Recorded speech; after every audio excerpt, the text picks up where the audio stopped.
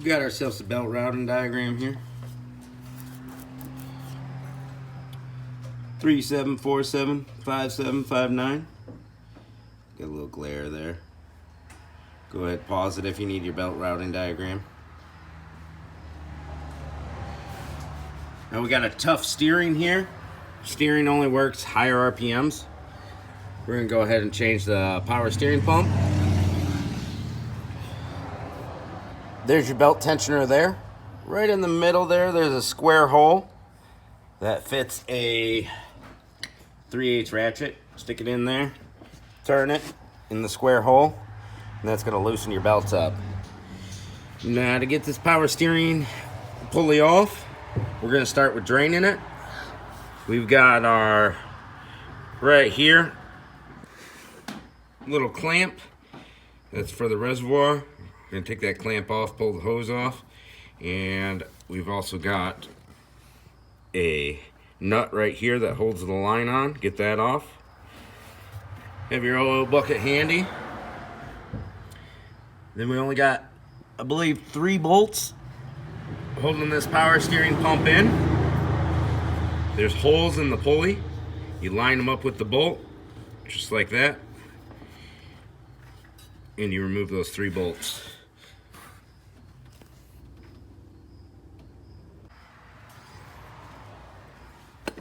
All right, power steering pulley or pump is out of there. Let's see, there's the 3 bolt holes there where it sits.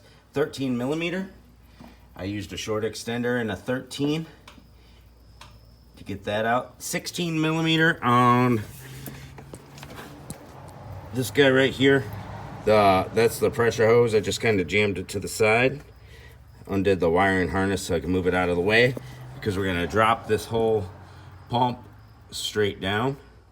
Got the clamp off of the reservoir, but the hose wouldn't come off. It was awkward angle, so we're gonna drop the power steering pump down and then get the hose off where we can get a better grab on it. It's on there real tight. The 16 millimeter pressure hose from the bottom of the pump, that was on there super tight. 16 millimeter wrench, and if you do it right, you can fit a breaker bar in there over top of your wrench if you need it. Once it cracks free, spins off by hand. All right, now our power steering pump is hanging down from the reservoir hose there. Grab it with some pliers and start spinning the hose. Maybe use some screwdrivers to pry and get that hose off. It's on there super tight. Here's our new power steering pump with reservoir. I got a pulley to go with it. Pulley was only like 10 bucks, so I went ahead and got it. Just get a new pulley if it's that cheap, instead of extracting your pulley off the old one and reusing it. So now we're gonna put this pulley on that pump.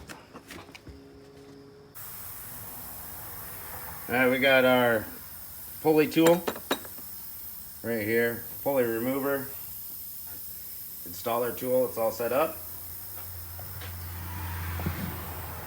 Not supposed to use an impact on these. I got my 13/16 ratcheting wrench, a couple of screwdrivers to hold the pulley still. Put a little grease and PB Blaster in there to help the pulley press on smoother.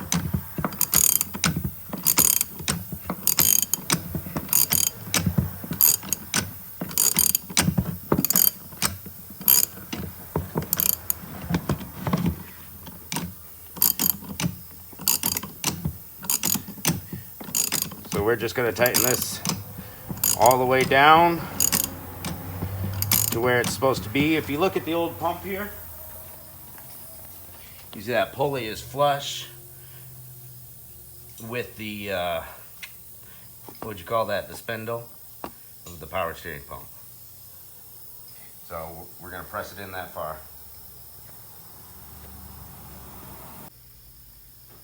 It is possible to over tighten these so that the pulley hits the pump body here. So you want to get your pulley till it's just barely hovering over that pump body there. Don't tighten it too much because it's going to hit. So I got it right before it's gonna hit right here. So it is fully pressed in. All right, on the end of this pressure line, with your pump should have came a new O-ring. Make sure you put that new O-ring on. Lubricate it a little bit with some fluid. We'll see if we can snap it on there. There we go. And this pump takes ATF plus 4 transmission fluid. That's the spec on this. Now we get to plug our wiring harness back in. Boom, snapped in. And we've got to try to line this hose up underneath of there again. I think the best way is for me to come from the underneath.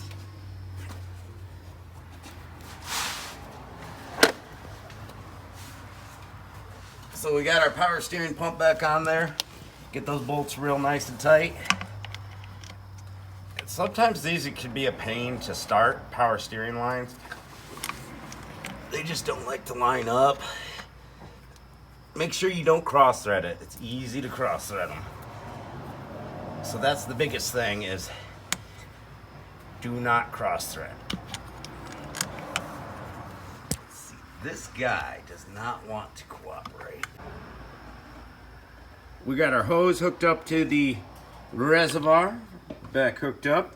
Got our funnel set up, ATF plus 4 transmission fluid, that's what it takes.